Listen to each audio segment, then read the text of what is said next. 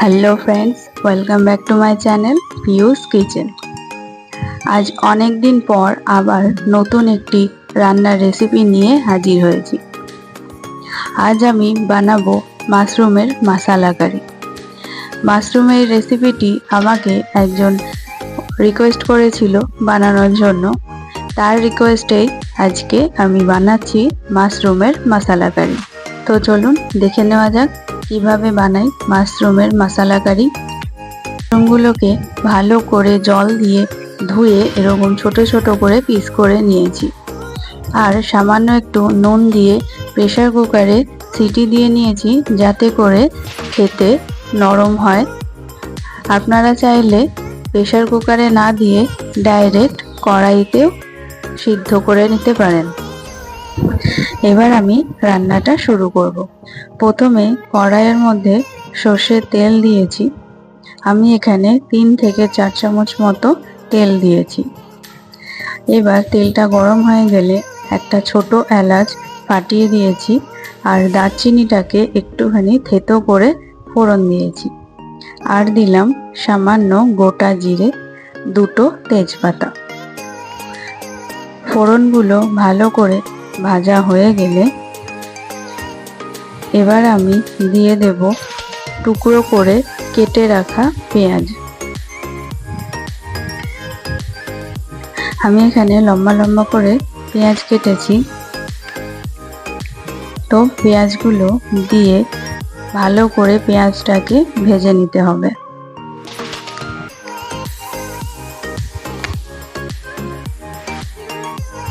পেঁয়াজগুলোকে ভালো করে লাল লাল করে ভেজে নেওয়ার পর এবার আমি দিয়ে দেব 8 থেকে 10 কোয়া রসুন বাটা, আর দেব 2 চামচ মতো আদা বাটা।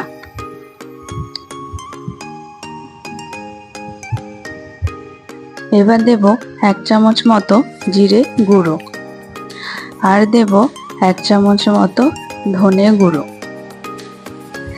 এবার দেব 1 চামচ মতো হলুদ গুঁড়ো,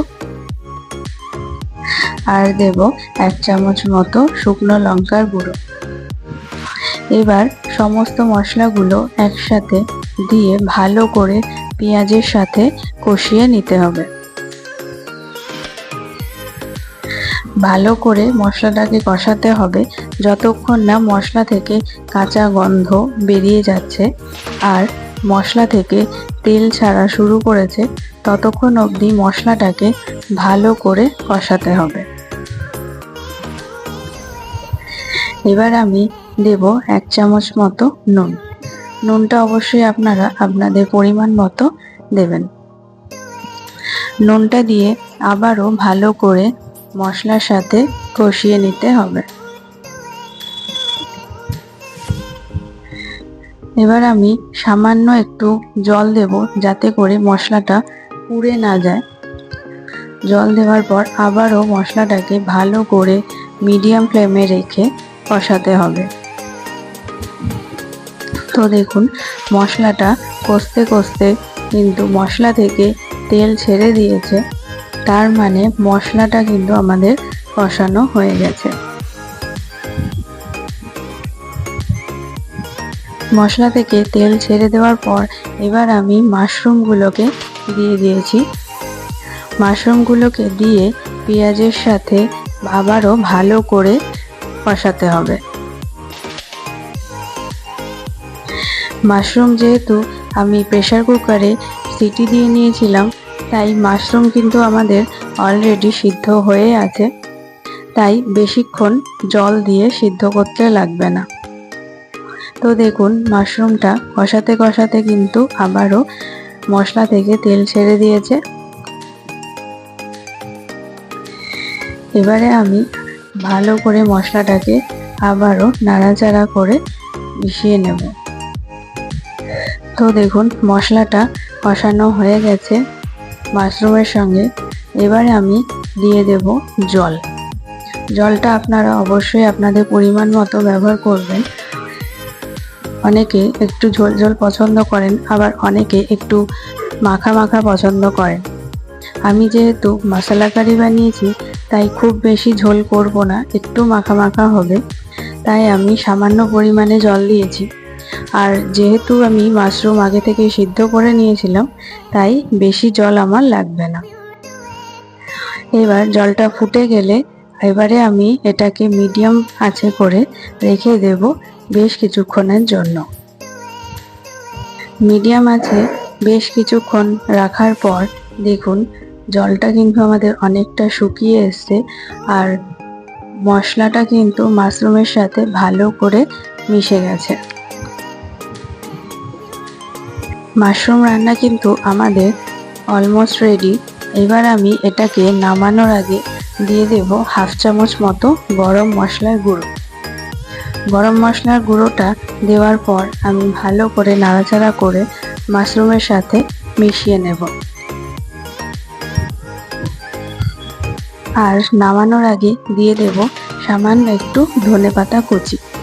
ধনেপাতা কুচিটা অপশনাল, আপনারা চাইলে নাও দিতে পারেন। তো দেখুন মাশরুমের মশলা কারি কিন্তু আমাদের অলমোস্ট রেডি। এবারে আমরা এটাকে একটা পাত্রে ঢেলে সার্ভ করব। এটি কিন্তু খেতে অনেক সুস্বাদু হয়, গরম ভাতে কিন্তু দারুণ খেতে লাগে, এবং এটি আপনারা রুটি, লুচি বা পরোটার সাথেও সার্ভ করতে পারেন, দারুণ লাগে খেতে। আমার এই রেসিপিটি আপনাদের কেমন লাগলো অবশ্যই কমেন্টে জানাবেন, আর ভিডিওটি ভালো লেগে থাকলে অবশ্যই লাইক করে দেবেন।